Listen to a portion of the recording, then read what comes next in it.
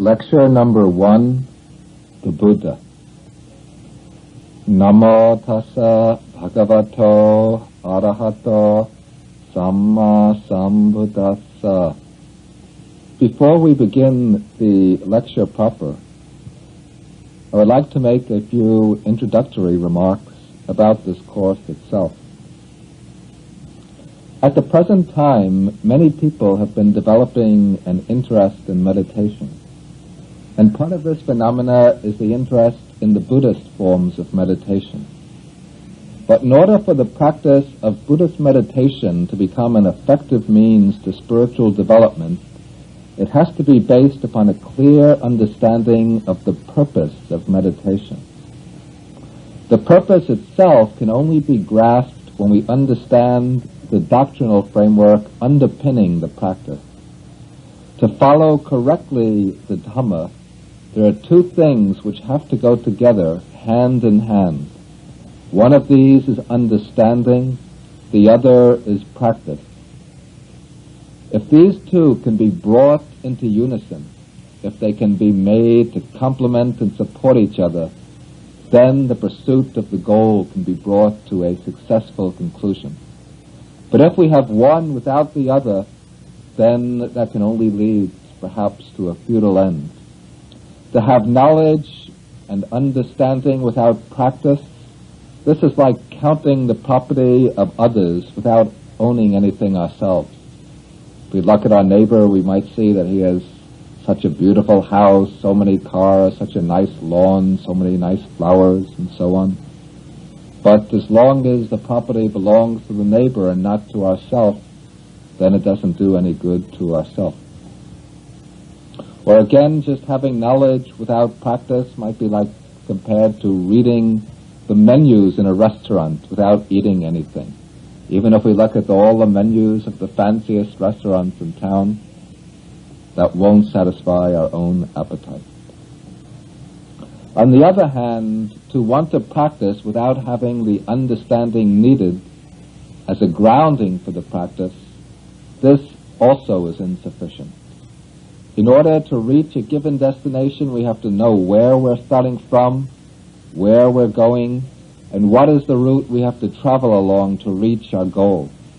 To practice without having that understanding, this is analogous to the case of somebody who wants to travel from Washington, New York to New York, but he doesn't know the streets of Washington, he doesn't know the streets of New York, and he doesn't know the routes leading from one city to the other. Still, he thinks that the most efficient way to reach his destination is simply to get into the car, get onto the roads, and start traveling whichever way the car will take him. In such a case, he might use a lot of gasoline and put a lot of mileage on the car, but he won't meet much success in reaching his goal, in getting to New York. Thus, we need these two elements, understanding and practice, pariyatti and patipatti. And these have to work together hand in hand to bring about the achievement of the goal of the Buddha's teaching, enlightenment and liberation. Learning can be considered not only a supplement to practice, but also as a part of practice. For the entire Buddhist discipline aims at the growth of wisdom or understanding. Wisdom is the key to realization. And the Buddha teaches that wisdom develops in 3 stages. The first of these stages is the wisdom born of learning, called Suttamaya Panya. We don't have to become scholars of the scriptures, but before engaging in practice, we have to acquire some basic knowledge of the framework, the doctrinal framework of the teaching by means of learning. And this study of the teaching leads to the wisdom born of learning. Then, having acquired this degree of understanding, the seed of wisdom, in the second stage we have to develop the wisdom born of reflection, Chintamaya Panna, wisdom born of reflection. We have to examine the teachings we have learned. We have to explore them. We have to see if they're consistent, if they hold up, if they make sense. We have to check them out against our own experience and see if they can be verified in our own experience. Then, when we've seen that the teachings are valid, then we apply ourselves to realize the inner meaning of the teaching by the means of meditation. And the practice of meditation here leads to the third level of wisdom, called Bhavana Maya Panya, the wisdom born of meditation. So in actualizing the teaching of the Buddha, we have to pass through these three stages, one by one. First, learning, then reflection, and then meditation. Meditation transforms the content of learning and reflection into actual experience. The present course is not intended to give a thorough and exact scholarly account of the Buddha's teachings. The aim is to lay down the fundamentals of the teaching which are essential as a foundation for practice. The teaching of the Buddha itself is called the Dhamma. The word Dhamma comes from the root dara, which means to uphold or sustain. Thus the word Dhamma means literally that which sustains. And the word Dhamma signifies the truth realized by the Buddha. It is the truth which subsists by itself, whether it is understood or not, whether it is taught or not. The true nature of phenomena, the real mode of existence of things. The word Dhamma also signifies the path that leads to the realization of the truth. And again, it signifies the doctrine which elucidates the truth and which makes known the path. The Buddha does not create the Dhamma. The Buddha discovers the Dhamma through his enlightenment, and he makes it known to the world. And his teaching gives a verbal formulation of the true Dhamma, which is itself to be realized by direct experience beyond words and formulas. And because the Buddha's teaching makes known the Dhamma, the self-subsistent Dhamma, the real nature of things and the true path to realization, the teaching also comes to be called the Dhamma. The presentation of the Dhamma that we will give in these lectures to follow is made from the standpoint of the Theravada school of Buddhism, which is the oldest continuous Buddhist lineage that preserves the teaching of the Buddha going back to the historical Buddha himself. Other schools of Buddhist thought would present the Dhamma in other ways, deriving from their own philosophical standpoint. The principal source for our talk is the Tipitaka, the Pali Canon, which consists of 3 collections of scripture preserved in the ancient Pali language. The 3 collections are the Vinaya Pitaka, the Sutta Pitaka, and the Abhidhamma Pitaka. The Vinaya Pitaka is the collection of discipline. This gives the rules and regulations for the orders of Buddhist monks and Buddhist nuns. The Sutta Pitaka is the collection of suttas, the sermons and discourses of the Buddha and of some of his great disciples. The 3rd collection, the Abhidhamma Pitaka, is the collection of philosophical treatises which present the Dhamma from the standpoint of a very precise philosophical and psychological analysis. Of these 3 collections, the one we have relied on mainly for our own presentation is the Sutta Pitaka, the collection of the Buddha's discourses. And we've also utilized some of the commentaries which systemize and explain the teaching given in the discourse. Now we can come to the main topic of this first lecture, which is the Buddha himself. In one sutta, the Buddha says that one who sees the Buddha sees the Dhamma. So one avenue of approach to seeing the Dhamma, the truth proclaimed by the Buddha, is by examining the teacher, by investigating the one who makes known the truth. The deeper we understand the nature of the Buddha, the deeper we understand the Dhamma, the teaching. And of course the converse is also true. The deeper we understand the teaching, the Dhamma, the deeper we understand the Buddha. Now the word Buddha is not a proper name, but an honorific title. The word comes from the Pali Sanskrit root Bud, B-U-D-H, meaning to understand, to know, or to awaken. The word Buddha thus means the one who has understood the truth, the enlightened one, the one who has awakened from the sleep of ignorance and who awakens others from the sleep of ignorance. He is the finder of truth and the proclaimer of truth. The historical person we know as the Buddha was an Indian prince of the Shakya people living in northern India. He renounced his right to the throne, became a religious seeker early in his life, and then, after reaching enlightenment, he became a spiritual teacher. His given name was Siddhartha, and his family name Gautama.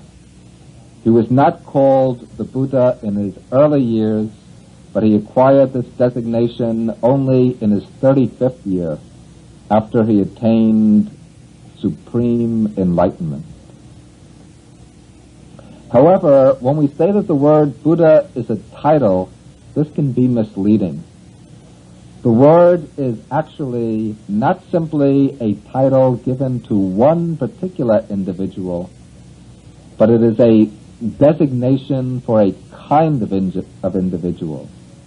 It represents not a single unique person, but a type of person. According to Buddhist tradition, only one Buddha, only one fully, perfectly enlightened one, can appear in any historical period.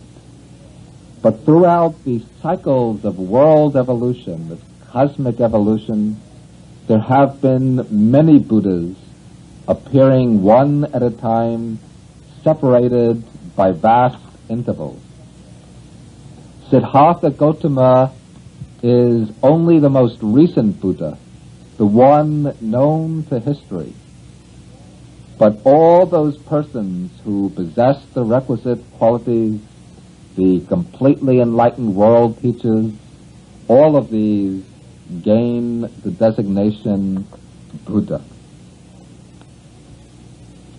An analogy can be drawn between the idea of a Buddha and the idea of the President of the United States.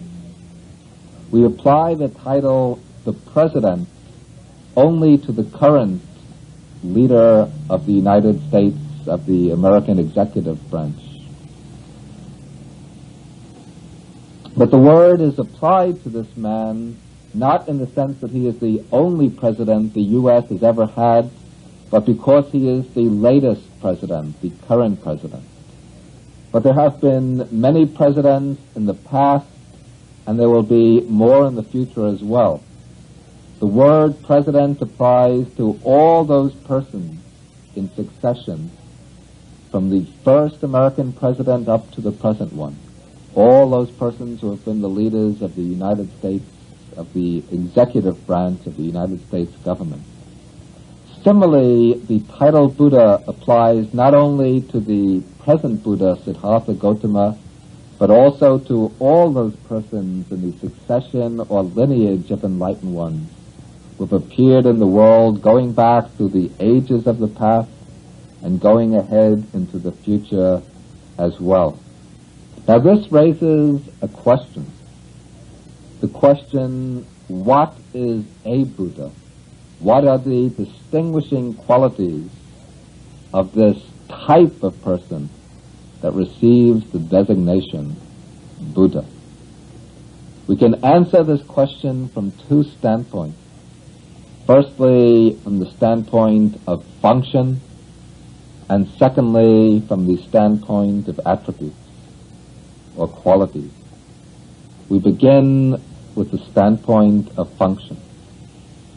And to answer this question from the standpoint of function, we have to begin by considering certain aspects of the Buddhist cosmology, the Buddhist worldview.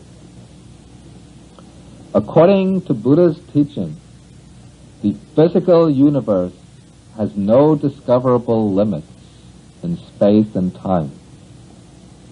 The universe is spread out boundlessly without any first beginning in time and without any limits to its spatial dimensions. The universe, spread out in space and time, consists of countless world systems called lokadhatus, which exists throughout the universe like waves upon a vast ocean. Each world system goes through certain stages of development. It emerges from a state of undifferentiated matter. Gradually it solidifies and takes on shape. It gives rise to worlds like galaxies which bear intelligent life. Each world system evolves until it reaches a certain maximum point of development. Then it begins to deteriorate until at the end it disintegrates and undergoes complete destruction. It becomes reduced again to undifferentiated matter. The lifetime of a world system, from the time it begins to evolve until the time it becomes completely destroyed, this period is called a kalpa, a kappa, an aeon. This is the time unit of cosmic measurement, a time unit of immense duration, of duration which is staggering to the mind. The early Buddhist texts give a simile to illustrate the time occupied by a kalpa. One time a monk comes to the Buddha and says to him, "Bhante, Venerable Sir, could you please explain or tell me the length of a kalpa?" The Buddha replies, he says, "It isn't easy to give a figure to make known the length of a kalpa." Then the monk asks, "Well, can you give a simile?" The Buddha says, "Yes, I will give you a simile." He says, "Monk, suppose there is a mountain, a yojana high and a yojana wide, all the mountain made entirely out of solid rock. A yojana is a measurement of length equal to about 7 miles. So we have a mountain 7 miles high, 7 miles all around, made out of solid rock." Then the Buddha continues. He says, "Once every 100 years, a man comes by with a piece of cloth made out of Benares silk, very fine silk, and he brushes against that mountain with his piece of cloth. Sooner would that man wear away that entire mountain of solid rock, but the kalpa would not yet reach its end." Such is the length of the kalpa.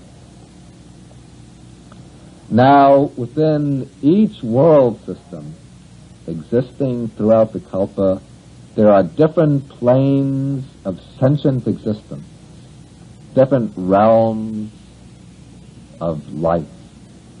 There is the human plane, which is evident to us. Then above the human plane, there are certain other planes of existence, which we call the heavenly worlds, the divine realm. And then below the human realm, there are certain other planes of existence, planes of inferior types of beings. All of these planes are inhabited by living beings. And in all of these planes of existence, life is subject to the same law, the law of impermanence, the law of arising and passing away. Just as the world systems themselves come into being, dissolve, and perish, so living beings also are caught up in this same cycle, the cycle of becoming, of impermanence, of arising and passing away. And the living beings revolve in a cycle of becoming. They pass through a chain of rebirths, linking together innumerable existences. The beings again and again pass through the same cycle of birth, growth, aging, and death. This round of becoming, the round of rebirth, is called samsara, the wandering on, the cycle of existence. Beings arise in one plane of existence, remain there for the duration of their lifespan, then they pass away to take rebirth in some other plane. Thus all life is caught up in this cycle of arising and passing away. And for this reason, every plane of existence is seen as fundamentally unsatisfactory, as subject to suffering, either directly or indirectly, either in some gross, evident way or in some subtle, hidden way. There is no plane of existence, even the highest heavens, which is exempt from the fate of destruction. And therefore, every plane of existence, the heavens, the human realm, the lower worlds, are all encompassed in the range of dukkha, of suffering or unsatisfactoriness. Now, outside and beyond the wheel of becoming, the phenomenal universe with its world systems arising and passing away, there exists another state, an unconditioned state, a state of emancipation, of perfect bliss, of unfading peace. This state is called in Pali Nibbana, in Sanskrit Nirvana. Also there exists a path, a way which leads from one state to the other, from the impermanence and suffering of samsara to the bliss and peace of Nibbana.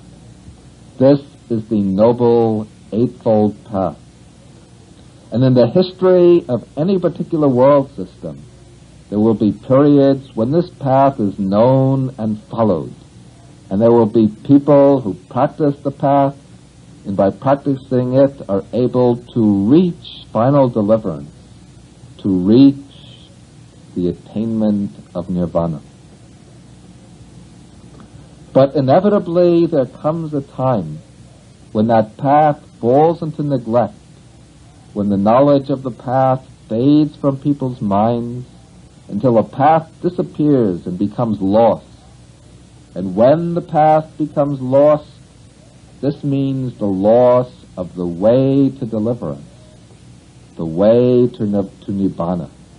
Emancipation from the round of existence then becomes nearly impossible. It becomes just a legend or a vague dream of something in the distant past. And when the path is lost, there then follows a period of spiritual darkness, a period which might last for hundreds or millions of years, even for many aeons. But eventually this long spiritual darkness comes to an end. Eventually there arises within samsara a certain being, a man who by his own innate wisdom, by his own striving and energy, without any guide or teacher, rediscovers that lost path to deliverance. Then having rediscovered that path, he follows it through to its end. He realizes the goal. He reaches Nibbana. Then he comes back to proclaim that path, to make it known again to the world. The man who accomplishes this twofold task of rediscovering the path to Nirvana and of making it known again to the world, this person is called a Buddha. A Buddha does not arise as a deity of any kind, or as the incarnation of a god, an avatara, a prophet, or a divinely inspired messenger. He comes as a human being. He begins as a man caught up like ourselves in the round of suffering and defilement in which all beings are caught up. However, he is not an ordinary man, but an extraordinary man, an acharya purisa. He is an extraordinary man with immense potentials of intelligence, energy, and compassion, which he has developed over countless lifetimes of self-cultivation. Throughout countless lifetimes, he has prepared himself for his future role as a Buddha by perfecting in himself the required qualities, the virtue, the powers, the wisdom needed by a world teacher. In his last existence, he quickly discerns the fundamental inadequacy of human life. Through his inner sense of mission, he goes forth to seek a way out of the bondage and suffering, and then, out of compassion, after discovering the way, he comes back to teach the path to the world at large.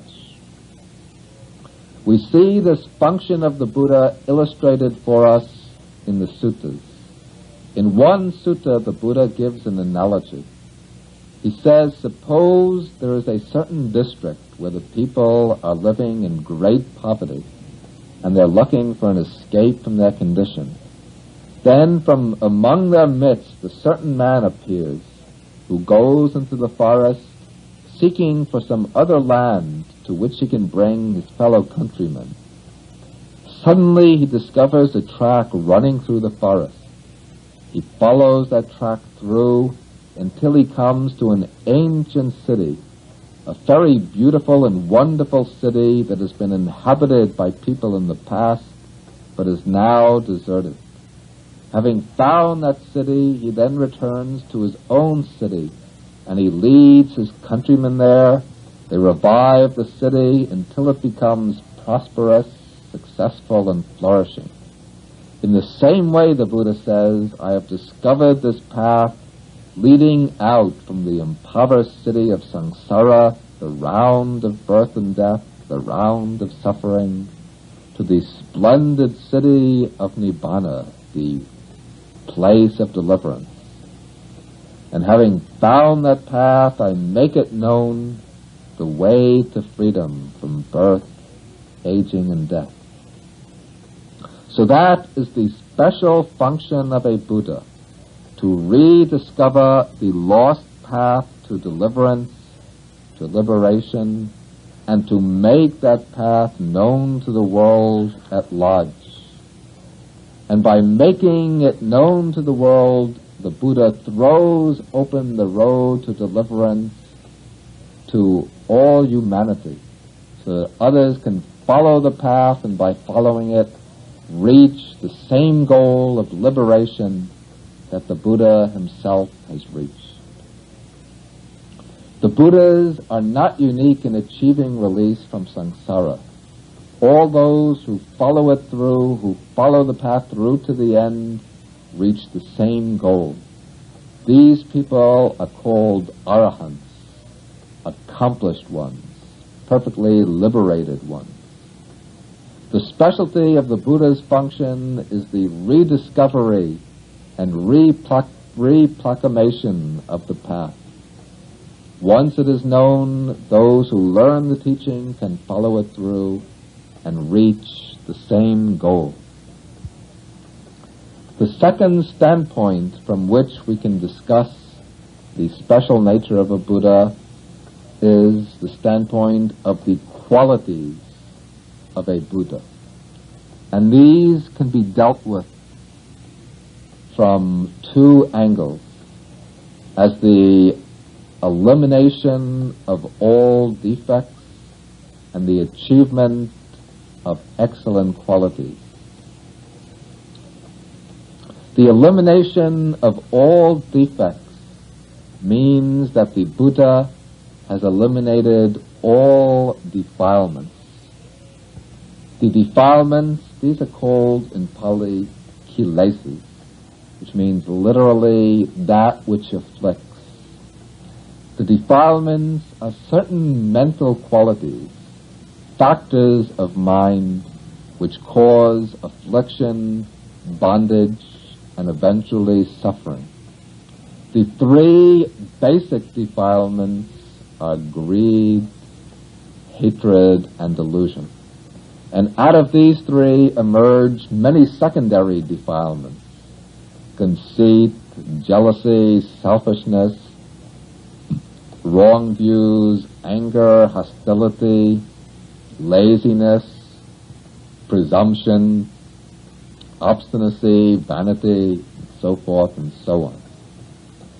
A Buddha has eliminated all of these defilements totally, completely, and irreversibly. When we say that he's eliminated them totally, that means that the Buddha has eliminated all the defilements with none remaining. When we say that he's eliminated them completely, that means he has eliminated each defilement 100%, so that not even a fraction of any defilement remains left over in his mind. And when we say that he's eliminated all the defilements irreversibly, this means he has eliminated them in such a way that they can no longer arise again in the future. In the text, they are said to be cut off at the root, made baseless like a palm tree that has been drawn up by the stump. They've been made of a nature not to occur again in the future. Then, from the second angle, the achievement of excellent qualities can be understood through the three excellent qualities, the three gunas, characteristic of the Buddha. These are his perfect purity, his great wisdom, and his great compassion.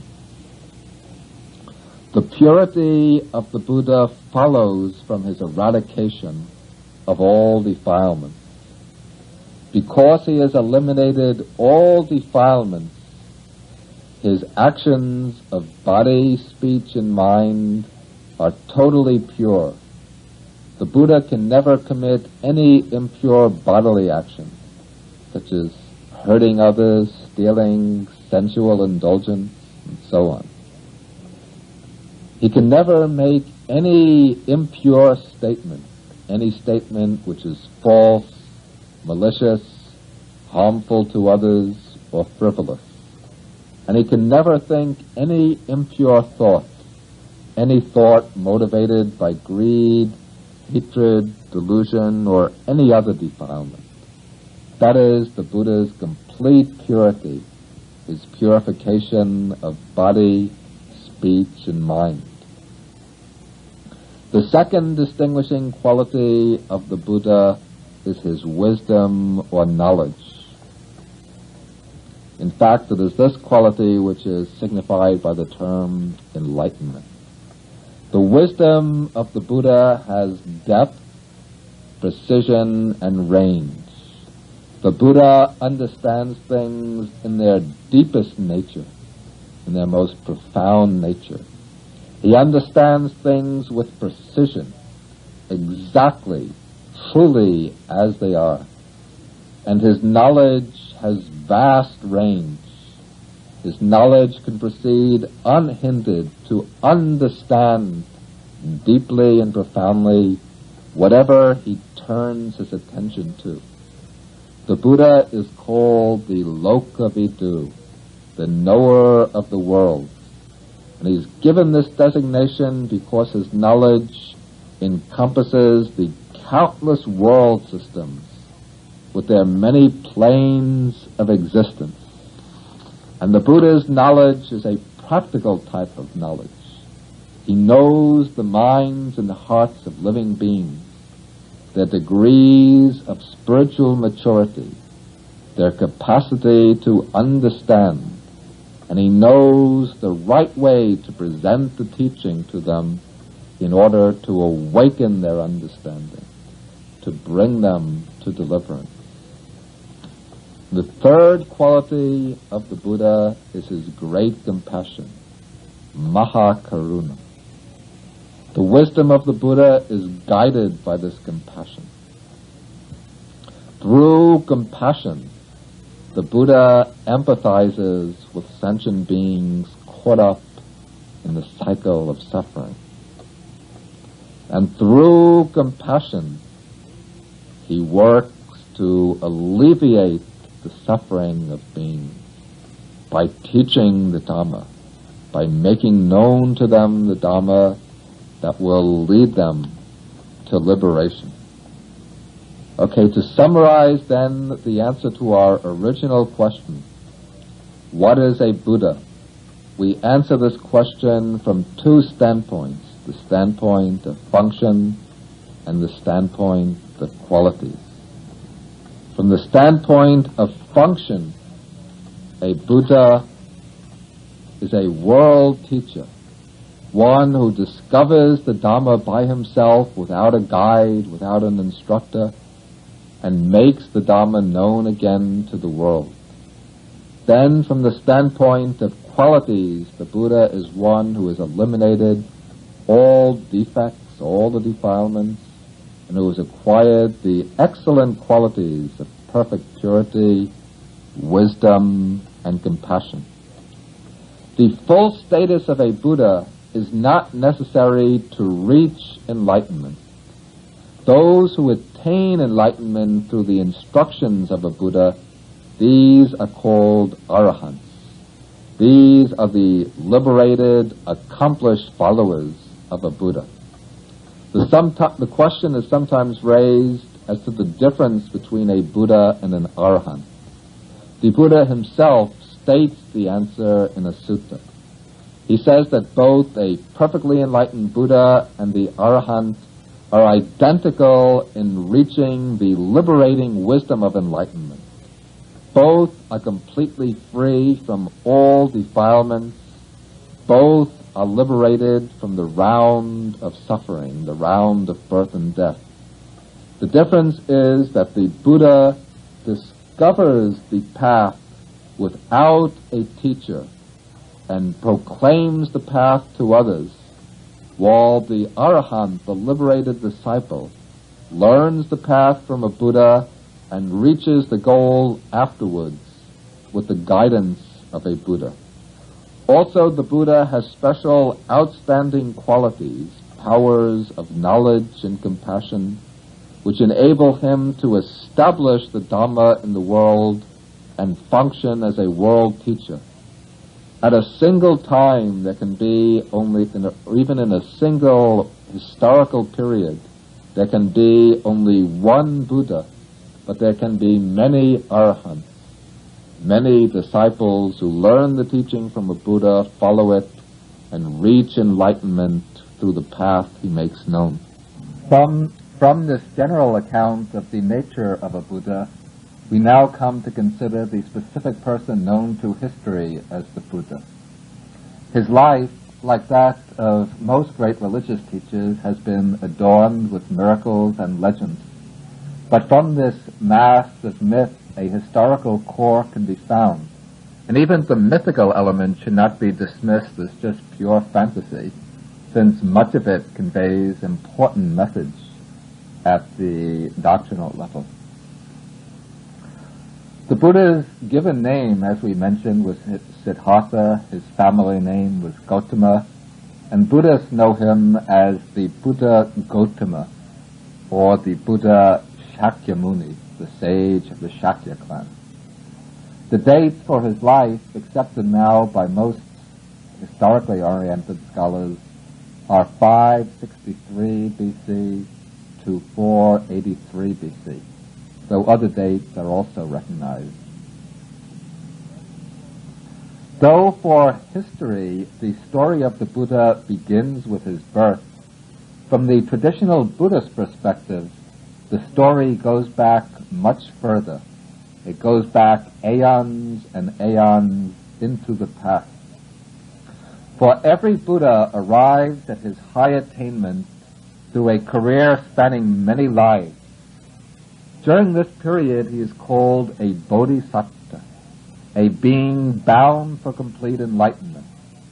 And in his successive lives as a bodhisattva, he works to perfect in himself certain virtues that come to maturity with his attainment of Buddhahood.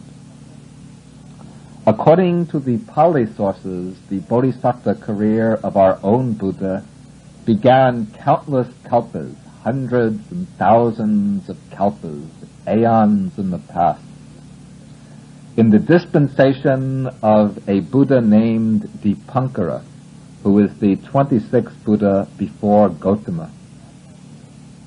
At that time, our own future Buddha was a wealthy young man named Sumedha. When his parents died and left him a great amount of wealth, he reflected upon the impermanence of all wealth and worldly enjoyment. Then he renounced the household life and became a hermit, living in the forest, practicing meditation. One day he came into the town in order to gather supplies, and on that occasion he learned that an enlightened being, the Buddha Dipankara, was coming into the town. Then when the Buddha Dipankara entered the town, the hermit Sumedha saw him coming, and he was so awed by his majestic bearing, by his presence, by his serenity, by his majesty, that he bowed down at his feet, right down in the mud, and he made an aspiration in his mind that he too wanted to become a Buddha sometime in the future. Then, when the Buddha Dipankara came up to him, he saw this ascetic bowed down, laying down in the mud at his feet. He read his mind, and he saw his wish. Then he looked into the future, and he saw that this aspiration could succeed. And he then gave him the prediction that so many hundreds and thousands of aeons in the future, that this person would become a Buddha named Gautama. From that time on, this person, this being, became a bodhisattva in the proper sense of the term. And from then on, for hundreds and thousands of aeons, he had to dedicate himself to the development of the sublime virtues that would fructify with his Buddhahood. These virtues are called the paramis, the sublime perfections. And in the Theravada tradition, 10 paramis are enumerated. These are generosity, moral discipline, renunciation, wisdom, energy, patience, truthfulness, determination, loving kindness, and equanimity. For countless lives, life after life, the Bodhisattva toiled and strived to perfect these qualities in himself. Sometimes he would dedicate several lives in succession to the development of one parami. Sometimes he would dedicate several lives to the perfecting of another parami. Sometimes he would appear as an animal, sometimes as a human being, sometimes as a deity. Sometimes he would be striving to develop concentration and insight, living as a hermit, as a recluse. Sometimes he would be striving to perfect the other directed virtues, generosity, patience, loving kindness. Buddhahood is a totalistic accomplishment, a very complete, all-embracing accomplishment. And all the qualities that enter into this complete perfection have to be acquired gradually in bits and pieces over many lifetimes. In his last life, the future Buddha took birth as the son of King Suddhodana and Queen Mahamaya. He took birth among the Shakyan people in the northern kingdom, small kingdom of northern India, in the foothills of the Himalayas, and he grew up in the city, the capital city of the Shakyans, Kapilavatthu. His birth, according to the text, was attended by many miracles and wonders. Soon after he was born and brought back into the palace, a great ascetic, Asita, came to visit the palace, and he worshipped the newborn child. After he was born, his father, the king, called in the court astrologers to foretell his future. 8 Brahmins, noteworthy astrologers, came to examine the baby, looked at the signs of his body, consulted his horoscope, and when they finished, all the astrologers, with one exception, held up 2 fingers. The father was perplexed about this and asked, "What is the meaning of this strange sign?" The Brahmins replied, they said, "Your Majesty, a great destiny lies open for this newborn child of yours, but there are 2 possible destinies open to him. If this child of yours is shielded from the sorrows of the world, he will grow up to become a great emperor, a Chakravarti Raja, a universal emperor, who will extend his rule over many lands and bring great benefits to many people. However, they said, if your child sees for himself the sufferings of the world, he will leave the household life and become a Buddha, an enlightened one, who will roll back the veils of delusion from the world and become a spiritual teacher whose teaching will spread throughout the world." But the one Brahmin who held up one finger said that for him he had no doubt that the prince would become a Buddha. Now the father, being a ruler himself, naturally didn't want his son to become an ascetic spiritual teacher. He wanted him to become a ruler, the proper heir to his throne. And so the father did everything he could to prevent his son from seeing the sufferings of the world. He built for him 3 palaces, one for each season, according to the Indian climate. Each palace had lovely pleasure gardens, ponds, fountains, flower beds, and so on. The young prince lived in luxury, always attended by musicians, dancers, and singers. He enjoyed himself in the company of youthful playmates, singing, dancing, playing, and sports. Then when he reached manhood, his father arranged for him marriage with the beautiful princess Yasodhara, and he lived happily with his wife in the palace. But when he reached his 29th year, he became increasingly reflective, more and more thoughtful. He began to wonder whether this was the ultimate goal of human life, pleasure, power, and fame, which were all transient and unreliable. Or he wondered, is there something more beyond this, something which is eternal and unchanging? His first encounter with the hard facts of life is told in the text in the form of a myth that expresses a real and powerful psychological awakening. According to this myth, up to his 29th year, the the prince Siddhartha knew nothing at all about aging, sickness, and death.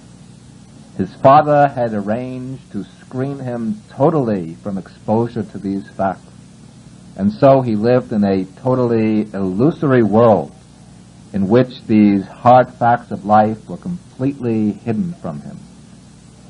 Then, when he reached maturity, curiosity led him to wonder what life was like outside the palace. And so one day he ordered his charioteer to prepare the chariot for him, and the two went riding throughout the kingdom. And in the course of this outing, he saw 4 sights which determined his future destiny. The first sight he saw was that of an old man. As they went riding, he came across a man walking by the side of a road, bent over, leaning on a walking stick, his hair gray, his skin wrinkled, his teeth falling out, very weak. He asked his driver, "What is that?" The driver said, "That is an old man." He asked, "What is an old man?" The driver explained, "All youth eventually leads to old age. Nobody remains young forever, but as the years go by, eventually the hair turns gray, the skin wrinkles. One reaches a state like that. Am I subject to that also? You and everybody else, we're all subject to old age." Then, as they drove further, he saw a sick man lying by the side of a road, his body covered with sores, trembling and shaking, vomiting, without able to control his limbs. Again, the same kind of exchange went on. Now he saw for himself, for the first time, the fact of sickness. As they went a little further, he saw the third sight. He saw a funeral procession, 4 bearers carrying the coffin. Inside the coffin, he saw the corpse, the body lying still and lifeless. This was his encounter with the fact of death. And these sights aroused in him an understanding that shattered all of his illusions, all his hopes and dreams for the future. He realized that even though he now enjoyed the beauty and the glory of youth, that youth ends in old age. He saw that health succumbs to sickness, that life ends in death. And as these thoughts bore into his mind, his satisfaction with the luxury of the palace life fell away, and he became inwardly very dissatisfied, very discontent. Then he saw a 4th sight. This was a summoner, an ascetic walking for alms in the town, walking very peacefully and serenely, carrying an alms bowl. He approached this man, asked him who he was and why he was different from other men. And the ascetic explained to him that I am a recluse. I live in the forest. I lead a life of meditation, seeking a way to enlightenment, a way to deliverance from suffering. And when he heard these words, the prince now knew the direction in which he had to move. And so he decided to leave the palace and to follow the quest for spiritual truth, seeking a way out of the round of suffering, of aging and death, by entering upon the life of an ascetic. So one night, this was on the same day that his wife Yasodhara had given birth to his first son, Rahula. That night, while everyone in the palace was asleep, he left the palace, got onto his horse, and went many miles from the city of Kapilavatthu and stopped at the edge of a forest. There he removed his princely garments, replaced them with the stitched robes of an ascetic, cut off his hair and his beard, and he entered the forest, seeking a way to deliverance. At the time in ancient India, There were many famous religious teachers who were known for their systems of philosophy and their schools of meditation. The young prince, the young seeker, we can now call the Bodhisattva, went to the best-known teachers. He mastered their philosophies, he practiced their forms of meditation to the highest point. His teachers recognized his eminence. His first teacher, Alara Kalama, offered to place him on a level with himself and to share the leadership of his own community with him. But the prince, the Bodhisattva, refused. He was dissatisfied with his teacher. He went to seek out another teacher. He mastered his doctrine, mastered his system of meditation till he reached the crown, the highest point, but still he found this deficient. His teacher, Uttaka Ramaputta, admitted that his own attainment was superior to his own, and he offered to turn over the leadership of the order to him. But in this case, too, the Bodhisattva refused and left the fold. Now, what was wrong with these systems of meditation that he found them to be deficient? What was wrong with them was that these forms of meditation focused exclusively on concentration, samadhi, rather than panya, wisdom. They led to higher states of consciousness, to rapturous bliss, to stillness and calm of the mind, to deep stages of absorption. But they didn't lead to insight into truth, to awakening, to enlightenment, and therefore they were inadequate to bring about the state of liberation. And so the Bodhisattva abandoned these teachers and their systems and threw himself deeper into the forest in order to enter upon a new path for himself, the path of self-mortification.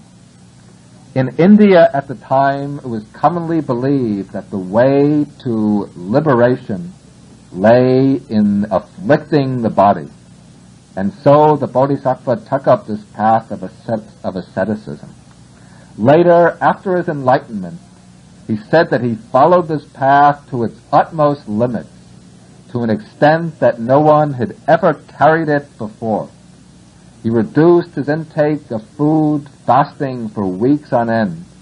He went about naked, exposing his body to the heat of the sun, to the cold of night, to the rain and to the winds. He went about like an animal on hands and knees. His body became reduced to a skeleton covered over with just a small amount of flesh and with skin. He became so thin that if he reached down to touch his belly, he was able to feel his backbone through his belly. If he reached behind to touch his backbone, he was able to grasp hold of the skin of his belly. At the time, he was accompanied by 5 ascetics who gathered around him, willing to serve him and attend on him, in the belief that if there was anybody who was going to reach supreme enlightenment, it was this great ascetic, this very severe ascetic, who was a former prince. And so they waited on him and served him. However, the Bodhisattva found that all of these austerities only proved futile. They didn't lead to any enlightenment, to any state of higher wisdom. They led only to the wasting of the body and to the weakening of the mental faculties. He understood that for the mind to function properly at full capacity, the body had to be strong and healthy, and therefore he decided to abandon this course of self-mortification and to resume taking food again. And so he went to gather alms, he collected food, he began to eat, until he had regained his strength and vigor. And when this happened, then the 5 ascetics became disgusted with him.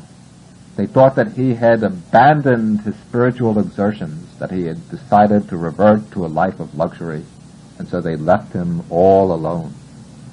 Then, when he was alone, That was the moment, the time when the approach of enlightenment was drawing near. And so one day, after he had taken his alms, he came to a beautiful spot by the bank of a river, found a nice shady area beneath a tree, which is called, later to be called, the Bodhi tree, the tree of enlightenment. He prepared himself a seat of grass, sat down, folded his legs in the cross-legged posture, and when he sat there, he then made a firm resolution, a determination in his mind. He said, "Let my flesh waste away until only bones and skin remain. But I will not budge from this seat. I will not unlock my legs until I have reached supreme enlightenment, until I have found the way to deliverance." Then there took place the struggle for enlightenment. As evening descended, a tremendous internal struggle waged itself within the mind of the seeker. A struggle against all the defilements, all the attachments, the ignorance and afflictions, which had been lying dormant in his mind. In the text, the struggle is depicted allegorically as a battle with Mara, the personification of all desire and attachment, the tempter, the evil one. When the Bodhisattva crosses his legs in meditation and begins to focus his mind, Mara learns what he is doing, and Mara calls together all of his armies and hordes of demons and approaches the Bodhisattva sitting beneath the tree. He comes to him and tries to tempt him in different ways. He offers him honor, power, and fame, sovereignty over the whole world. He appeals to his love of family life, his love for his wife, parents, and child. Then he tries to frighten him with thunder and lightning, throwing weapons at him, displaying many horrible forms. He tries to seduce him with the delights of the senses, sending his daughters delights and attachment and pleasure. The seductive daughters of Mara he sends to try to seduce him and lead him into the pathways of sensuous pleasure. But still the Bodhisattva remains unmoved. Then finally Mara challenges his very right to be sitting underneath the Bodhi tree. He says, "What right do you have to be sitting at this spot? This doesn't belong to you, it belongs to me." He turns around to all of his soldiers, his hordes of demons, and says, "Isn't that right?" All of the demons say, "Yes, that's right. He has to get up and leave."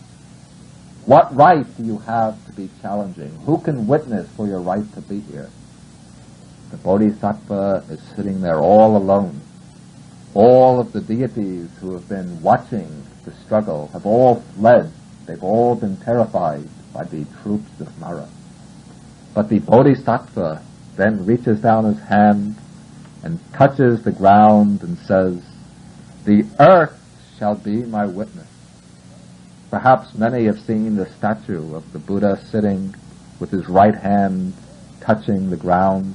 That's the earth witnessing posture.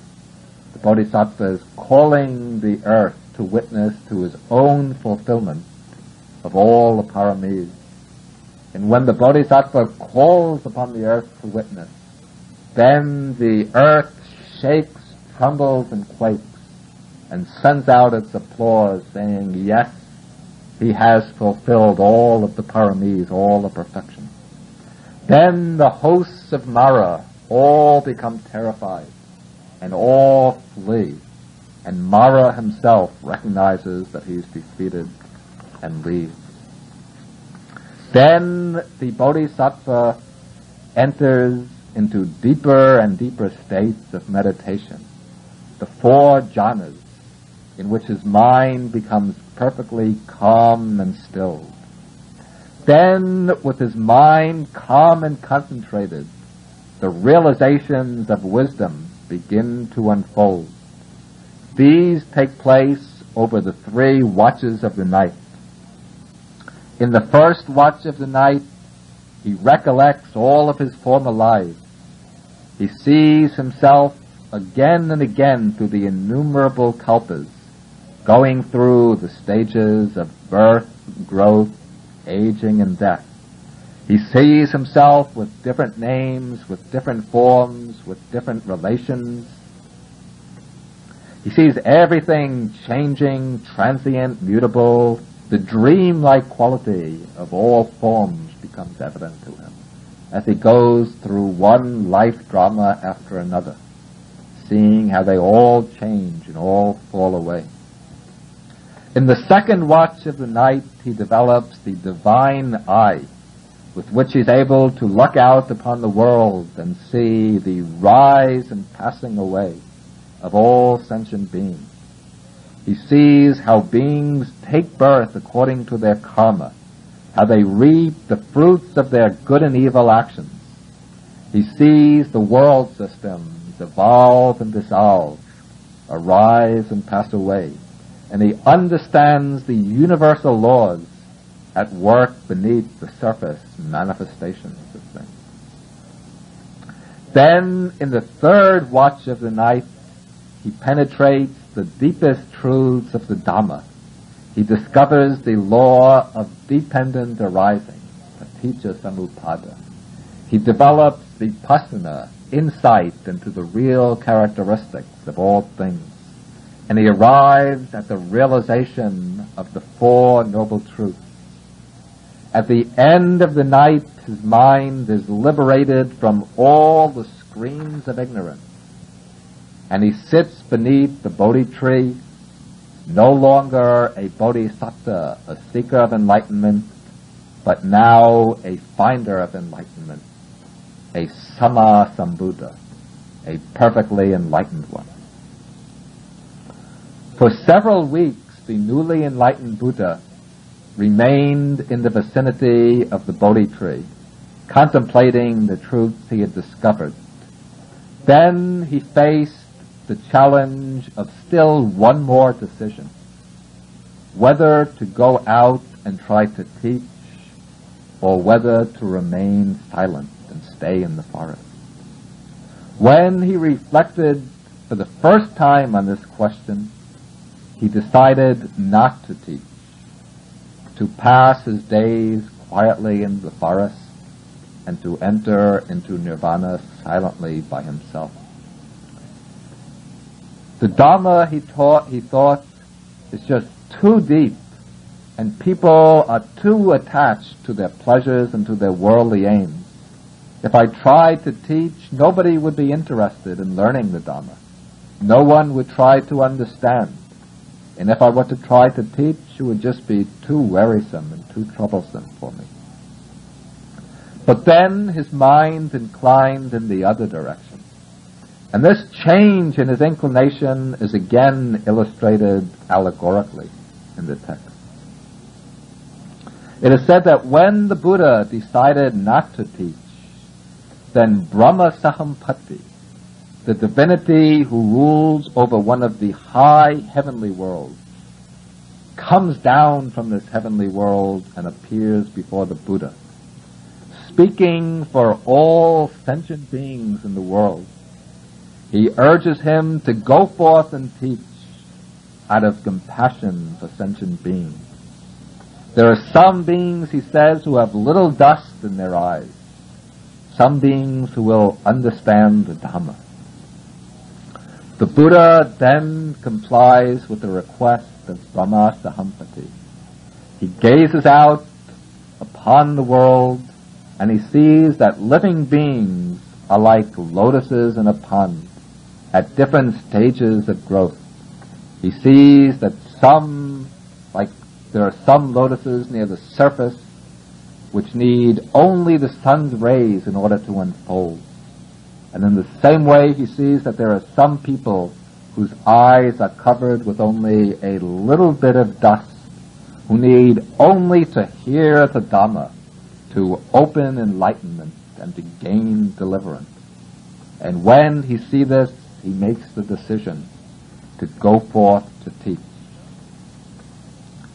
For his first hearers, he chooses the 5 ascetics who previously used to wait upon him, but left him when he abandoned the course of self-mortification.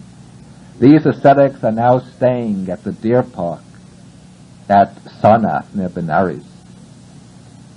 And as the Buddha approaches them, when they see him coming, they make the decision, the collective decision, not to get up and greet him, to treat him casually, without any special respect, because they all agree that he's one who's fallen away from his high aspirations, one who's reverted to a life of luxury.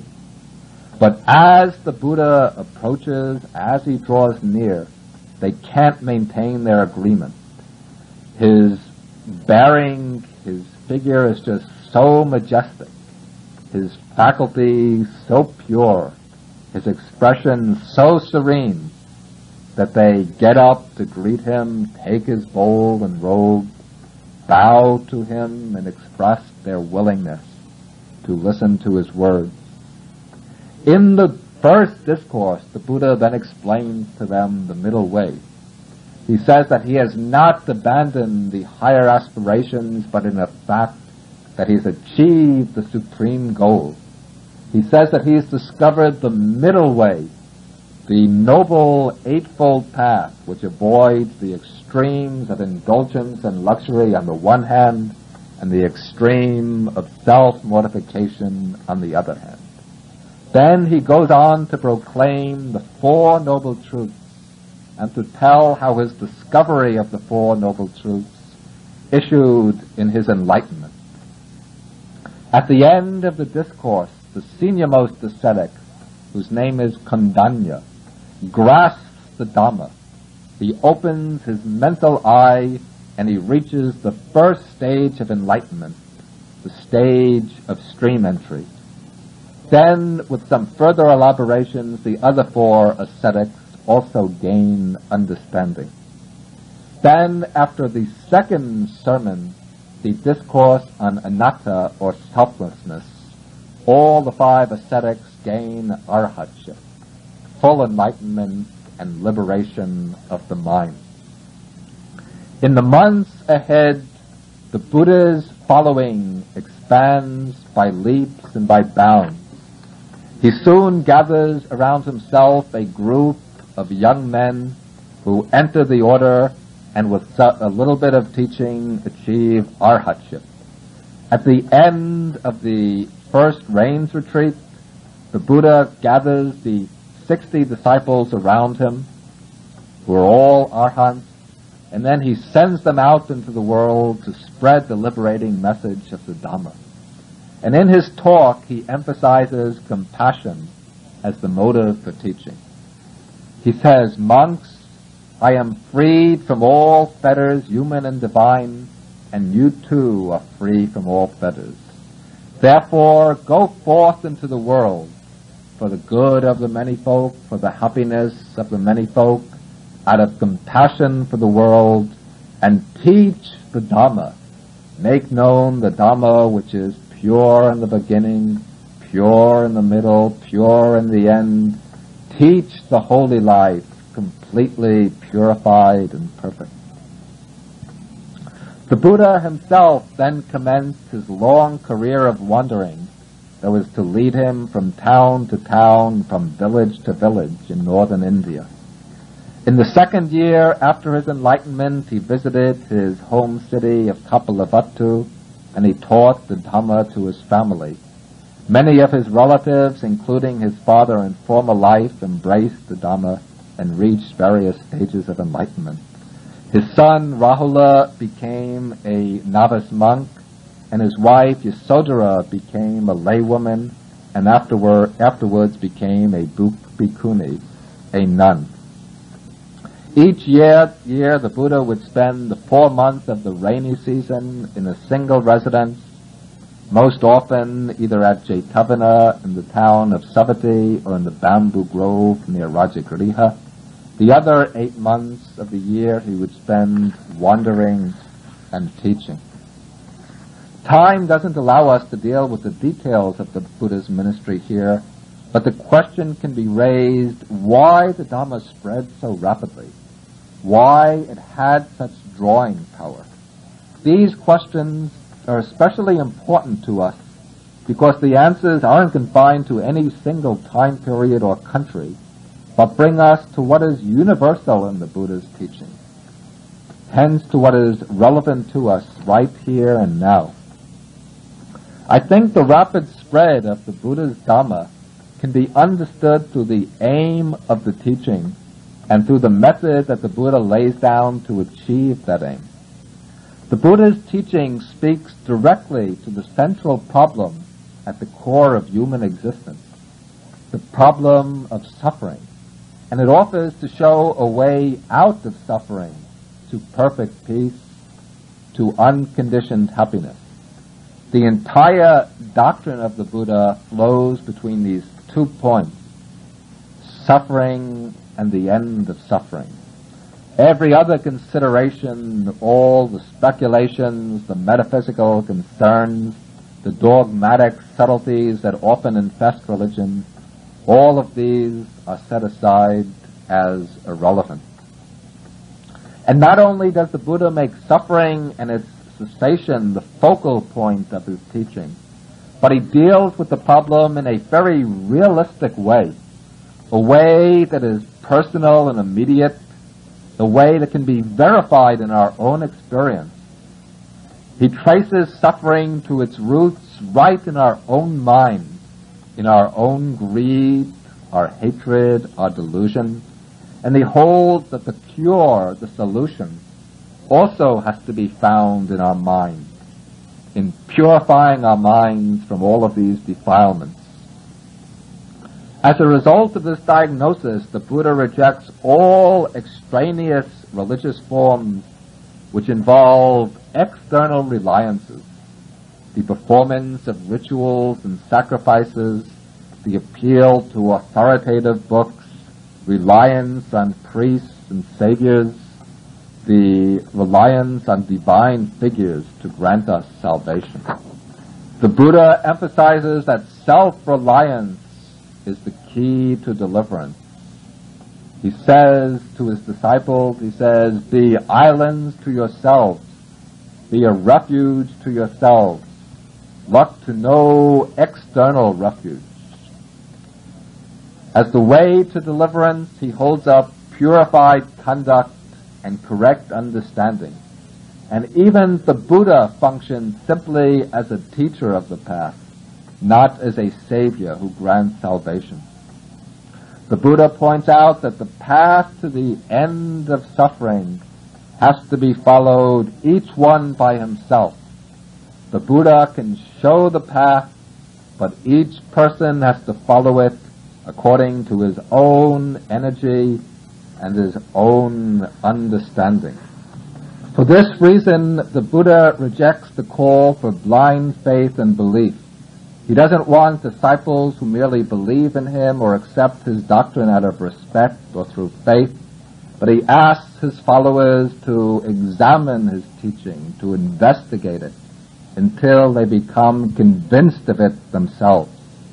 He says that just as a goldsmith, if he's given a lump of metal and told that it's gold, he doesn't merely accept this through belief, but he tests and examines it by burning, cutting, and scraping until he's convinced that it's gold. So in the same way, he says to his disciples, accept my doctrine only after examining and scrutinizing it, not merely out of respect for me. Another appeal of the Dhamma that accounts for its rapid spread, I think, lies in its universality. The Buddha taught the Dhamma freely and openly to all who are willing to listen. He says, open to all are the gates of the deathless. His doctrine deals with the most universal problem, the problem of suffering, and hence he placed no restrictions on the people to whom it should be taught. The Buddha taught to people of all social classes, whether they be Brahmins, aristocrats, merchants, farmers, businessmen, poor people, even outcasts. He taught to people of all different occupations, to men and to women, to recluses and lay people. He had no esotericism. There was nothing secret, hidden, or concealed, nothing reserved only for the initiated. He says that just as the sun and the moon become beautiful when they shine forth openly, so does his doctrine reveal its beauty when it's taught openly, not when it's hidden or kept secret. Another feature of the Buddha's method, I think, which accounts for its rapid spread, was his skillful means. The Buddha had a special skill in finding exactly the appropriate way to teach the person who had to be taught. Through his special faculties of knowledge, he could read deep into the hidden resources, into the hidden recesses of a person's heart. He could see the person's mental tendencies, his past accumulations, his preferences and his capacities, and then he could adapt the teaching according to the needs of the listener. And the Buddha taught his doctrine in a graduated way, not in a demanding way, but in a way which led gradually upwards, according to the capacity of the listener. And so the Buddha taught for 45 years, from his 35th year up to his 80th year. As he approached his 80th year, he knew that he had accomplished his mission. His doctrine had become widespread and fruitful. He had established the Sangha, the order of monks and nuns. And there were now large numbers of people, monks and nuns, laymen and laywomen, who had mastered the teaching, had opened enlightenment, and could see to the continued transmission of the Dhamma. As the Buddha was now old, his strength was failing, he was occasionally sick, and so he decided the time had come for his parinibbana, his final passing away. Thus he set out on his last journey accompanied by Ananda, his personal attendant, and by the order of monks. He traveled to the town of Kusinara, a small town in northern India. There he lay down between two twin sal trees. He gathered his disciples around him. He gave them a last discourse, and then he exhorted them. He said, "O my disciples, all conditioned things are impermanent, subject to destruction. Work out your salvation with diligence." These were the Buddha's last words. He then entered into successive stages of meditation, and from there attained parinibbana, the final passing away. His body was carried to the eastern gate of Kusinara, and there the chiefs of the town cremated it with the honors due to a universal monarch.